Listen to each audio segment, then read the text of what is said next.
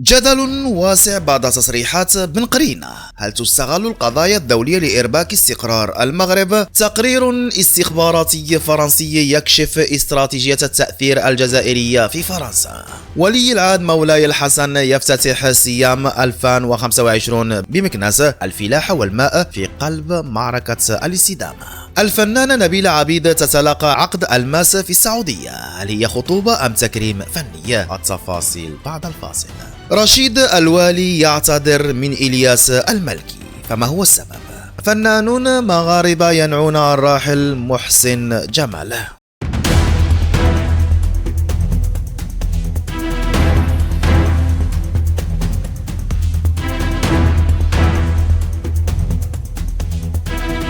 سلام الله عليكم أيها الطيبون والطيبات، مرحبا بكم مرة أخرى في هذه الأخبار المتنوعة منها السياسية والفنية، فابقوا معنا إلى آخر الحلقة.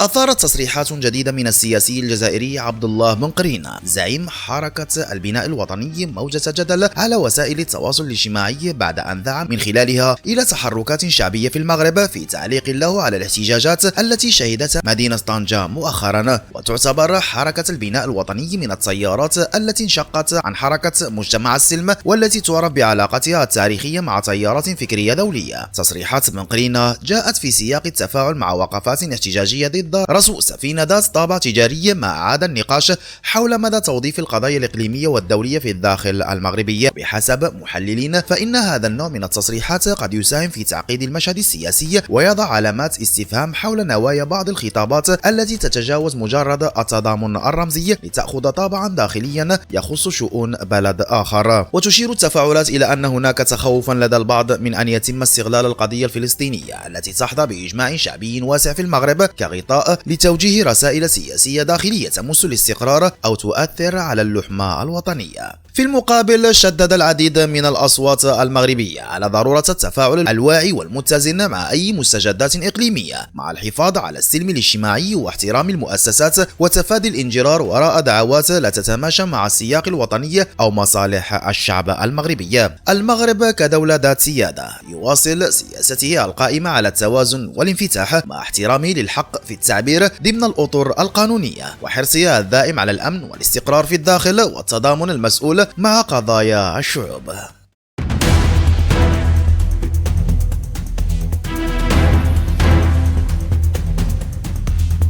كشفت صحيفة الجورنال ديمونش الفرنسية عن مذكرة سرية صادرة عن المديرية الوطنية للاستخبارات الإقليمية الفرنسية تسلط الضوء على استراتيجية التأثير التي يتبعها النظام الجزائري في فرنسا، استغلال الجالية الجزائرية كأداة نفوذ. تشير المذكرة إلى أن النظام الجزائري بقيادة الرئيس عبد المجيد تبون يسعى إلى استغلال الجالية الجزائرية في فرنسا التي تضم حوالي 2 مليون فاصلة 6 شخص، منهم 815 ألف مسجلين في القوائم الانتخابية، كأداة لتعزيز نفوذها السياسي والتأثير على السياسات الفرنسية. أدوات التأثير: مؤسسات دينية وشخصيات محلية. تبرز المذكرة دور بعض المؤسسات الدينية مثل المسجد الكبير في باريس الذي يتلقى تمويلا سنويا من الدولة الجزائرية ويستخدم كوسيلة لتعزيز نفوذ النظام الجزائري في فرنسا. كما تشير إلى محاولات النظام الجزائري للسيطرة على بعض البلديات والمؤسسات المحلية الفرنسية من خلال شخصيات مرتبطة بها. الردود الفرنسية والتحقيقات الجارية أثارت هذه الاستراتيجية الجزائرية قلق السلطات الفرنسية، مما أدى إلى فتح تحقيقات ومراقبة الأنشطة المرتبطة بالنظام الجزائري على الأراضي الفرنسية.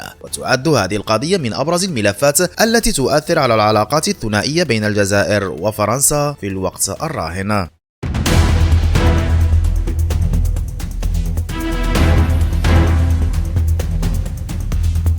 في لحظة رمزية تعكس الرؤية الاستراتيجية للمملكة المغربية، ترأس ولي العهد الأمير مولاي الحسن يوم الاثنين حفل افتتاح الدورة 17 للملتقى الدولي للفلاحة بالمغرب سيام بمدينة مكناس، وتحديدا من قلب مشوار الستينية سهرج السواني، المعلم التاريخي الذي يتنفس من عمق الذاكرة المائية للمغرب. الملتقى المنظم من 21 إلى 27 من أبريل الجاري يأتي هذه السنة تحت شعار بالغ الدلالة: الفلاحة والعالم القروي الحيوية الماء في قلب التنمية المستدامة، في وقت يعيش فيه العالم على وقع أزمات بيئية خانقة. وجفاف غير مسبوق يهدد مستقبل الزراعة والأمن الغذائي. وينظر إلى حضور ولي العهد شخصيا كإشارة قوية إلى أن المملكة لا تنظر إلى الفلاحة كمجرد قطاع اقتصادي، بل كأولوية سيادية واستراتيجية ترتبط مباشرة بسياسات الأمن القومي في ظل تحولات مناخية غير مسبوقة. الرسالة واضحة: الماء لم يعد فقط شأنا فلاحيا بل قضية بقاء، والمغرب الذي راكم تجربة مهمة في مجال تدبير المياه والري يرفع اليوم السقف في التزامه الدولي تجاه قضايا التنمية المستدامة ومكافحة تغير المناخ. فهل سيكون هذا الملتقى مجرد واجهة دعائية أم لحظة مفصلية لانطلاقة جديدة في السياسات الفلاحية بالمغرب؟ وهل تتحول توصياته إلى قرارات فعلية تخرج العالم القروي من دائرة الهشاشة إلى مركز التنمية الحقيقية؟ أسئلة تنتظر الإجابة في قادم الأيام، لكن المؤكد أن الرسالة السياسية والرمزية قد وصلت وبقوة.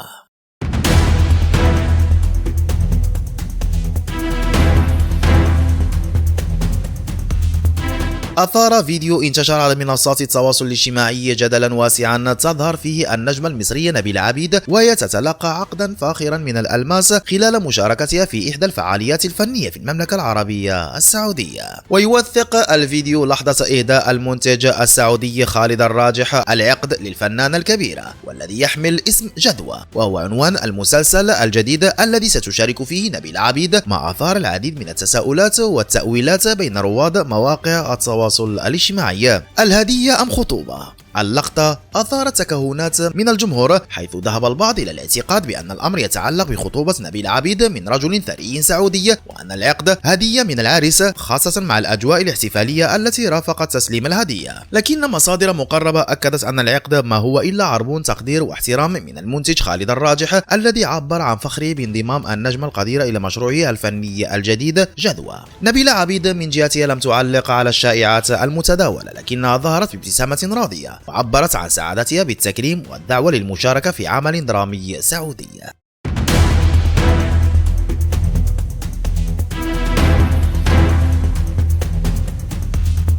قدم الفنان المغربي رشيد الوالي اعتذاره للستريمر المغربي إلياس المالكي بعد أن فهم هذا الأخير أن تصريحات الوالي الأخيرة كانت موجهة ضدها. ونشر رشيد الوالي تدوينة على حسابه الرسمي بموقع الانستغرام قال فيها: أخي إلياس، لم أقصدك تماما وآسف إن جرحك رأيي، وأنا أرى أنك توافقني الرأي بخصوص التفاهة وقلة الحياء التي تنتقدها أنت أيضا المسامحة. وكان إلياس المالكي قد عبر عن استيائه من تصريحات رشيد الوالي الذي وصف فيها بعض صناع المحتوى الرديء بالقرود، وهو ما اعتبره المالكي إهانة موجهة إليه ليرد عليه بفيديو مهاجم. وبعد مرور أيام خرج اليوتيوبر الشهير إلياس المالكي باعتذار، موضحا أن والدته لم تعجب بتصرفه، وهو ما دفعه إلى الاعتذار من رشيد الوالي وعائلته.